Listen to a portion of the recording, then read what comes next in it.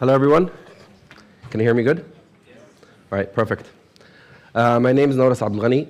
I'm the Global Chief Technology Officer at BeyondONE. Before I start, I do want to give my condolences of what happened here last week in Valencia. And I want to thank you all for coming in this week. I'll talk a bit about the extensive amount of data that is generated from MVNO and telco, and how can this disrupt the industry. But before I start, I need to get the clicker to work.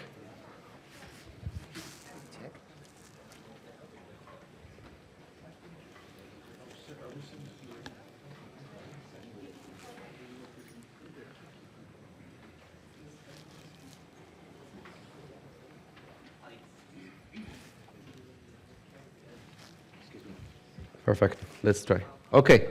Perfect. So before I, deep dive into the data and how can it be utilized, I will give an overall global understanding of what's data, how much of data are we talking about, what are some of the challenges and the fragmentation that we see in telco, what is the data unpack if we deep dive in it, and what is BeyondONE position into how we could utilize that data to disrupt the industry. So before I share the story, let's look into the telco world.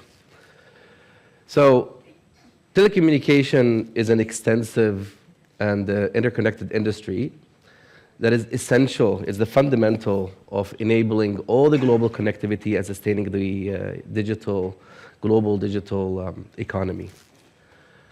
Now, this industry has been there for a very, very long time. It's kind of boomed, I would say, in the mid-90s with the internet becoming public, as well as the dot-com becoming available in 1995. But it's the baseline of everything that happens on top of it.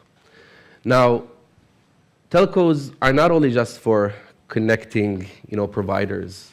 It actually plays a pivotal role in the digital transformation world for various sectors.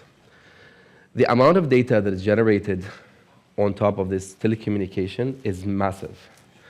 And it kind of helps to support multiple industries when it comes to smart cities, IoT, digital banking, e-commerce, finance, et cetera, et cetera, et cetera. Now, I've heard the number 6 billion. It's about 5.5 billion mobile users globally today, and the number is continuing to grow. The amount of data that is generated over the last 40 years, if you look at 1980 up to 2027, it's a little bit more than 40 years.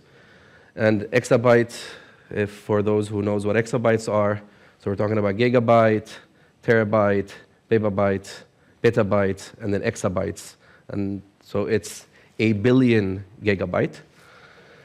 Just in the last 7 years, I would say, like maybe, in the last 7 years, the amount of data have almost quadrupled. And the amount of data is going to double again or quadruple again in the next just 3 years. Now, what's speeding this growth is the 5G adoption. This continues to be one of the topics that is extremely driving the extensive amount of data, the digital services, and also the data consumption. And a lot of people are looking for speed of connectivity in their day-to-day activity. So in 2023, the revenue growth is about $1.74 trillion, which is massive, just from data that could be generated from the telco. Now, I'll look into some of the regions and what each of the region offers, and I think different regions will offer different things. In North America, the focus is on data-driven services. North America today, with the mobile penetration, is about 105% penetration, with a 15 gigabyte of data consumed per month per user. And then if you look at Europe, the focus is more about building the right infrastructure, speeding up with the 5G, and then also building the background for the Industries 4.0, with a mobile penetration of 115%. Now, if you look into different region, APAC versus Africa, APAC kind of similarly is focusing on driving the 5G. Let me go back, sorry. Driving the 5G. AI is very heavy in APAC. IoT, these are the forefronts. Still, the mobile penetration is around 82%. Sorry, APAC is about 98%. And in Africa, is about 82%. And the focus there is about building we call it mobile-first innovation. Areas where you could do banking, you could do finance. And there's a massive opportunity to really drive that number up from a mobile penetration of 82%. Now, in the era where, and this is where I'm going to dive deep a little bit, this is where BeyondONE is currently operating in Latin America and GCC. Latin America, the focus there is about the infrastructure. It's actually also focusing on data-driven telecommunication on top of the data, with 110% penetration in mobile. GCC is one of the highest, 175% penetration. That is a rate that is globally one of the highest, with 30 to 32%, 32 gigabyte of data used per month per user. Now, if I deep dive quickly on LATAM, I was talking about 110, mainly in Brazil and Mexico, but just look into the internet penetration is also super high. It's about 75 to 85% penetration on internet that is developing on a digital infrastructure. There is a significant amount of effort to upgrade that infrastructure in Latin America, and that's an effort that will continue to grow over the next 5 years. The data usage has been increasing with a 25% to 30%. That's a similar data that was shared earlier today. There is a massive growth that you see in the data usage. And as I said, there's a lot of emerging things happening in Latin America, in particular fintech, e-commerce, and smart cities that actually are now being built on top of this data that is generated from telco. In the GCC, penetration is 98% in internet of the entire population, with data usage to be at 30 gigabyte per user. And the focus there is about 5G, about driving innovation, and now the focus is around fintech and healthcare.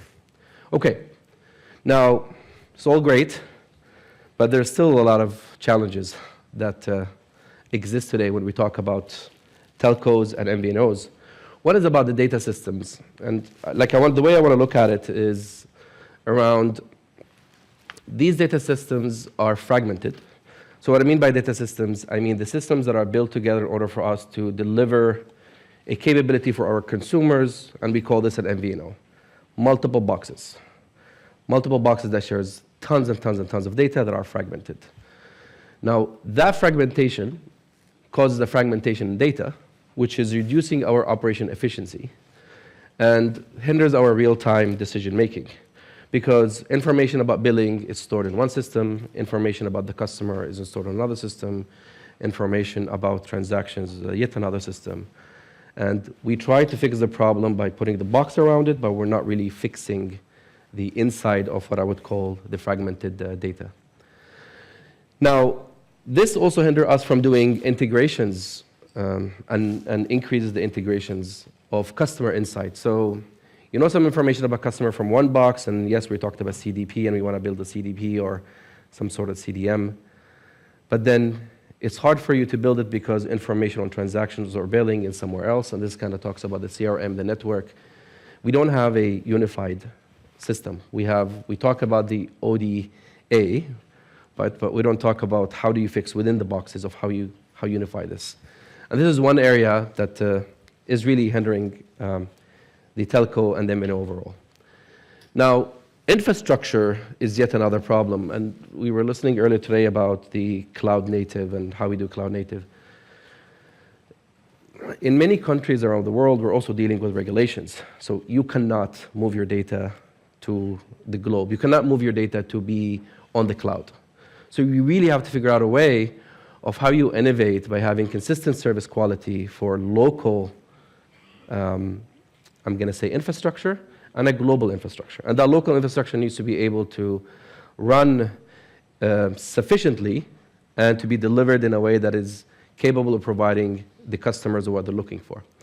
So one of the challenges here is ability for you to innovate in an area where it's highly regulated in terms of what is allowed to be shared in data globally versus locally. There's GDPR, I could go on and on and on. And the complexity of the cloud is also yet another problem. You might be able to move to a cloud, let's say GCP or AWS or Azure in Microsoft. They're only located in a specific country or specific regions, but they're not allowing the share of data with other regions. So that area is quite fragmented today, and there still need to be more innovation of making it better. Now, equipment also on fragmentation of networks, 3G, 4G, 5G, and how we start migrating things from one to another, that's yet another complexity. I'm talking about fragmentation challenges, and then I'll tell you BeyondONE take into how we could solve some of this. So operation cost is also very, very heavy when it comes to fragmented systems. Like I said, you're not going to be able to do everything yourself, so you'll have to deal in with third-party vendors, and those third-party vendors will be expert in their areas. But then if you look into now, what does it take you to actually deliver an MVNO out of the box, it's more than a handful of vendors and capabilities that you need to integrate, which causes operational cost, which causes increase in time spent to deliver something, and then it's slowing down the innovation because it's hard for you to innovate in an area where it's co-owned by multiple shared resources.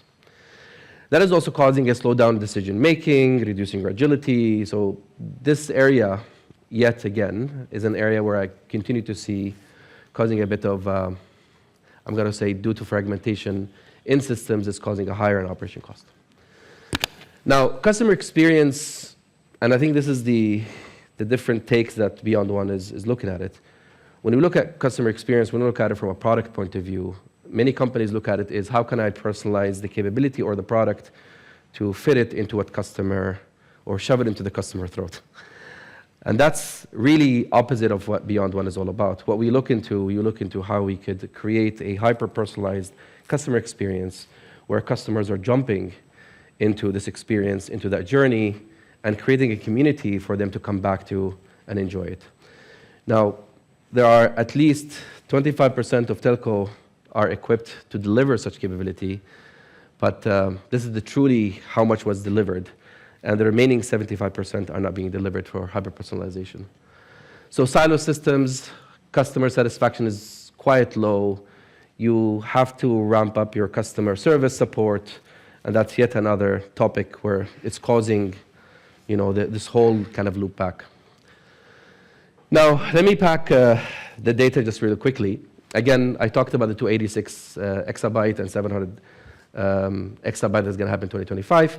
IoT connections, self-driving cars, video streaming, mobile app usages, and now many companies are doubling down into creating super apps or multi-apps, so then you get this cross-section of data happening. I think the number is going to quadruple over the next 5 years, so we're going to be looking into a stake where AI is going to help to actually advance this data significantly, because now AI is being integrated as part of the customer journey or the customer flow. If I look only on the 5G enhancements, it's going to grow from 1 billion to 4.44 billion users in less than 3 years. There will be more than 30 billion connected devices of IoT just by next year. 75% of telco have data efficiency issues, and this is by itself is about 300 billion opportunity. There's a massive amount of data-rich information, and that's a massive amount of data to tap into. Now, data systems can help to leverage the information, and they also doing some disruption of the market, where 79% of consumers seek some sort of personalization, and only telco deliver 25%. I think I mentioned that. The AI-driven customer journeys could help reduce churn by roughly about 20%. Now, Just from expanding to new sectors, from a telco to expanding to different new sectors, from a data insight and cross-industry partnerships, just from the IoT alone, it could reach about 1.1 trillion over the next couple of years.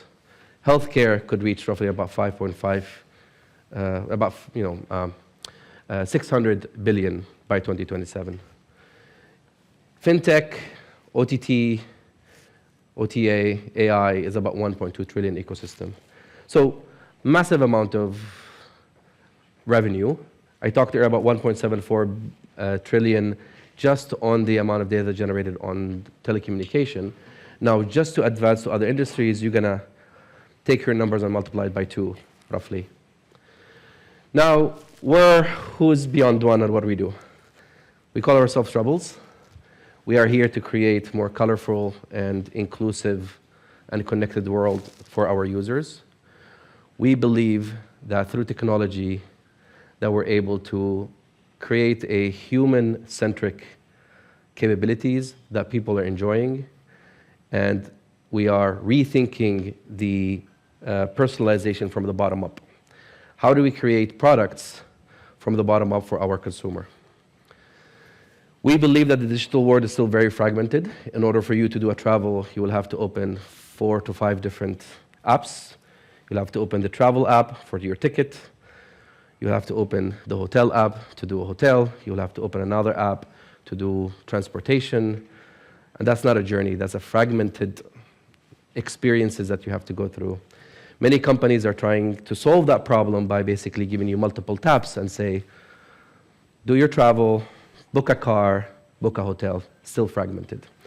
So we believe that the world is still very fragmented. We believe in technology that could simplify and serve and help the people to give them more meaningful in connections, and that's the why that we exist. Our statement is we are here to simplify people's life and empower them to focus on what truly matters. How do we do this? We use technology in delivering the right things to the right people at the right time for the right reasons in all the places. This breaks it down into, we have a digital solution that is based on API-driven architecture. We have a hyper-personalized solution that it's sitting and providing capabilities for our consumers. It's a human-centric, and I'll talk a little bit about what human-centric means, and it's a platformization system that provides. We sit on a very strong MVNO. So BeyondONE sits on top, Virgin Mobile, GCC, and Latin America. We also sit on top of another brand called Friendly. Friendly provides both a mobile capability as well as a fintech capability. And there are eSIM solution as well. There's other things that is gonna be coming up as additional capabilities and services that we're providing for our consumers. So we provide a hyper-personalized capability for the right people at the right time. Now, what does BeyondONE roll into all the fragmented things that I was talking about earlier? And I would just double down into the data. We really believe that the data is everything when it comes to how we can make the right decisions and provide the right solutions for our consumer. So we look into the data, and I heard about the micro segmentation. There is a segmentation that happens at all levels. Segmentation happens at the business level, segmentation happens at the marketing level, segmentation happens at the consumer level, and within the consumer level, what product, what time, what value, what cross-sell that you could offer. And this insight really helps us to uncover new revenue streams. We know what are the next areas that we should be going into as a business and how we could offer this to our customers. I talked a bit about harnessing this data, which we do, and we have a solution of how do we take local versus global data, harness it in a way with our data warehousing to provide a segmentation that makes sense, and start looking into a more hyper-personalized information and moving forward into what we call the platform engine or a mobile engine that changes depending on the customer demand and the customer needs. So our app will not look the same as you start using it more and more. Now, I talked about the data customer engagement. Just AI by itself it will increase the customer engagement by about 18%. We use this AI-driven analytics to drive multiple comprehensive, insightful, predictive data, not only from a marketing point of view, not only from a CDP point of view or a CDM point of view, but more about what does the customer want, what are the products that they want, how can we partner with other partners to provide the customers information that they need. Now, a unified data strategy and a unified infrastructure is such an important topic, and that's really where we are doubling down at this here.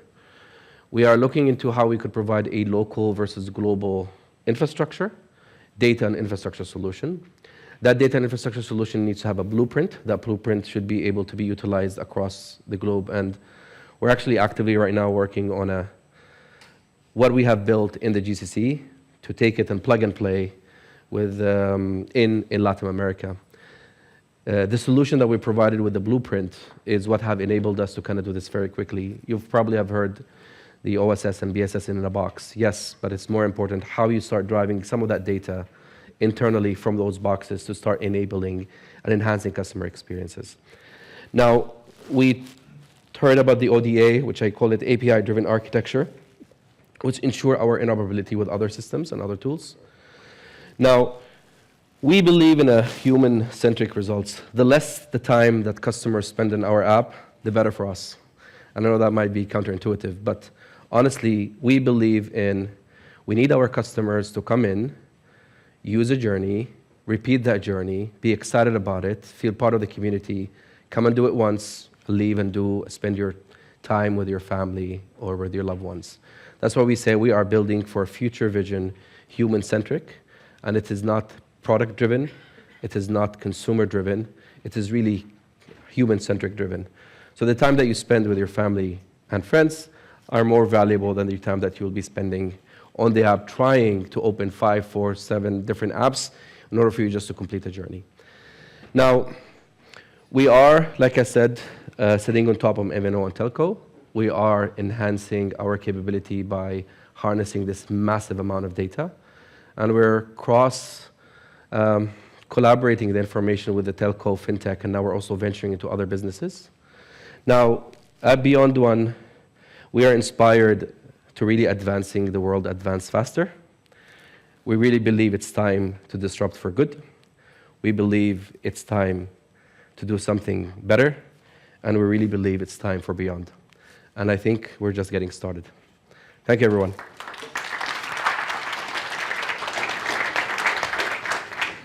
Questions?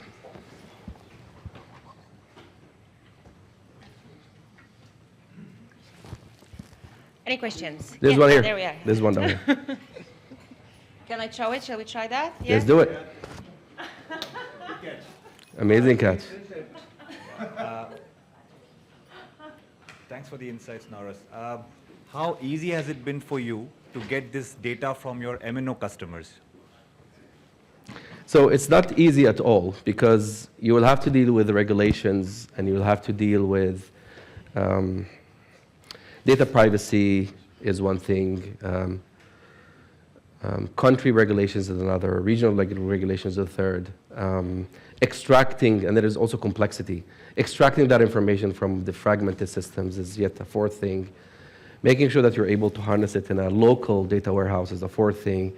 How do you segregate the PII data locally versus globally? That's yet another problem. So not simple at all. I think the solution of what we're trying to do is we're trying to make sure that we are adhering to all the regulations. We are doing things to ensure that the trust of our consumers stays the same. So if we have data and we have agreement with our regulators and consumer, the data will stay locally, that will have to stay locally. We anonymize the data if we want to take it abroad. So no information are being taken outside for anyone where there's a regulations internally. We had to build a blueprint locally versus a global blueprint, both from an infrastructure point of view and a data point of view. We needed to build a data warehouse locally versus the data warehouse globally. So the problem is very, very complex. Now, the segmentation is also needs to be, you're running a segmentation locally and you're running a segmentation globally, and that's really how you become a niche or different than other MVNO player, where you really look into how do I build the right set of data for the right consumer without really losing the trust of the consumer, one, which is the most important to us, and second, without really having to break any regulations. Cool. Yep. Throw it again. This time maybe I drop it. I think you covered the problems and the issues quite well. You did not say what a potential resolution would be. Is it something like a super app, or what are we looking at? So I think, Or what should MVNO look at? yeah. I think I will be limiting the imagination if I said a super app. I think a super app in my mind, sorry, I'm going to spend a little bit of time That's here. okay, there, go on. Okay, so a super app in my mind, it's the Google Play and the App Store is allowing you to download apps into your phone. Now, super apps, what they do is you click on an app, and then you have a mini apps inside of it. All what they're trying to do is they're trying to kind of give you the same look and feel and give you a cross-selling capability between those apps. Okay? Still fragmented. If you want to click on a ride-hailing, you're going to click on the ride-hailing mini app. If you want to click on the chat, then you're going to go to the chat mini app. If you want to go and order food, you're going to click on the food mini app. I think you're trying, many of the companies are going with the super app focus. They're going with, I am creating a mini app store. I'm creating a mini Google Play, but I am owning the experience ecosystem with some sort of cross-selling because now the data within my one major super app.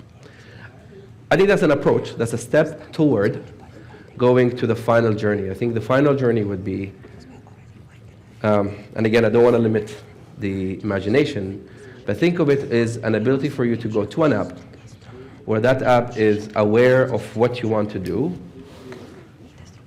and how you want to use it. That app is rich, has many, many other things that it will offer, but it will be customized and personalized for you, for that need, for that purpose. I will give you very limited example just to shrink your imagination. I can go today to the to the chat GPT, and I could tell it, give me something A, B, and C, and it will do that for you, right? Imagine having a nice look and feel that will do all that for a specific purpose. Now, you could ask ChatGPT to create an images for you. You could ask it to answer questions. You could ask it to write a resume. You could ask it to do many, many things, right? I think the future would be an application that will understand the consumer and will understand what they want to do at the present, and the look and feel will change depending on what the consumer wants to do. And that look and feel will be different. So that's a different mentality than a super app.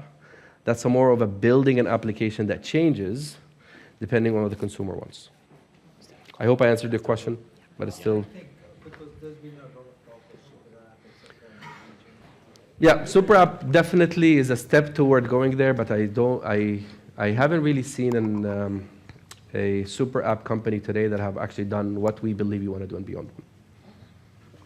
Please. So in the part that it's a data processing system as a full stack, how is that processing working in terms of the endpoints? Every entry is going to be an individual one, or is it going to be something that you can kind of Ja mu powiem, żeby skończył. kind of request for endpoints? So if you're connecting the billing information data with the actual customer data that's being created, and also the location, demographic, and all that information, is everything going to be separate in terms of entries, and then the cost for the service can go up, or is it going to be something that will be tailored to a specific minimum or maximum that you can do monthly or other dynamic? Yeah. I think so. You're very aware of the ADA architecture, right? Which is the open digital architecture that basically specify what the BSS and OSS needs to look like and how each of the boxes needs to communicate with each other. I think what that ODA architecture is missing a data architecture plan. So I think we need to step back and say, where does the data needs to reside? Every one of those boxes today have a customer profile. Why? Why don't we create a customer profile in one place? And then have an ability for us to share that customer profile with these different boxes through the ODA architecture. So I think there is a step back into the data architecture that is not being talked about. And I think this is where majority of these issues will be resolved. Fix the data architecture, talk about PII versus non-PII, start implementing the integration points, and then allow each of the boxes to perform what they're really good at. The billing system, they're really good at billing. They don't need to have a PII data on consumer. They could have tokenized data. Why do they have it? Why does the CRM have it? Why does the CDP have it? And then you have no customer information. So I think the answer to your question is just a very high level. You need to look into the data architecture first. Cool. Other questions? I think we have to Thank you take so a much for the break. time. Yeah, thank you.